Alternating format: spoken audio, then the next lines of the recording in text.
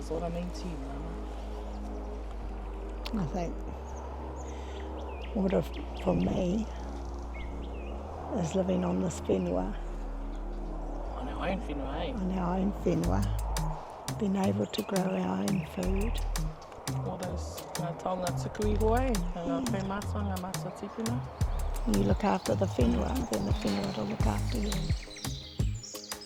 Ko taku ao, ke ki ana i ngā mahi a whānau, ngā mahi a taku tamaiti, ngā mahi waiata, ngā mahi o te ao kapahaka.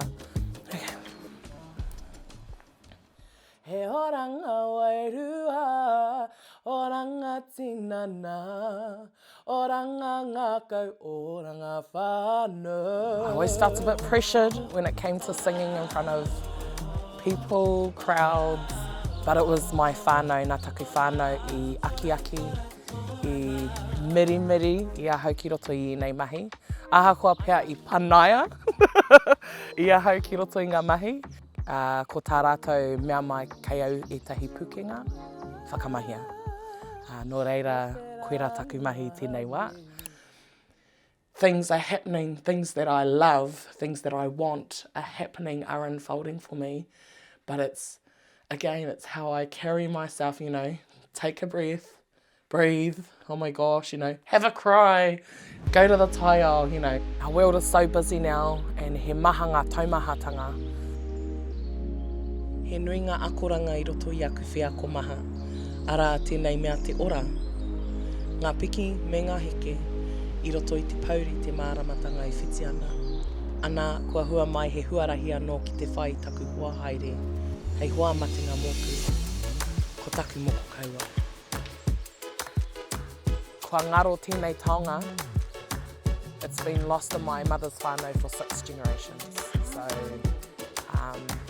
yeah, it's quite big, it's massive. I was really lucky that I had whānau and friends who came to support, came to tautoko.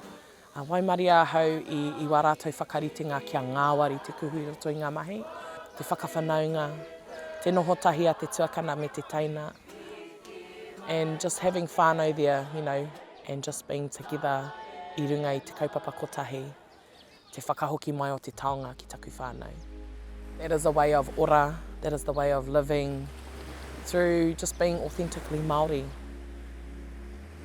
So I guess when I wrote the WAIATA, I just envisioned the mokopapa, the wānanga. Ka hatuhituhi ahau, I nei kupu, hei whakatinana, I aku kāre aroto, he maumahara, he mōhio, kei konei ngā hua, he hanga mea tino pai, kei aku ringa ara ko taku whānau, ko taku tama, he papakainga, he whānau whānui, koe nei ngā mea e ora ai ahau I roti tōku ao.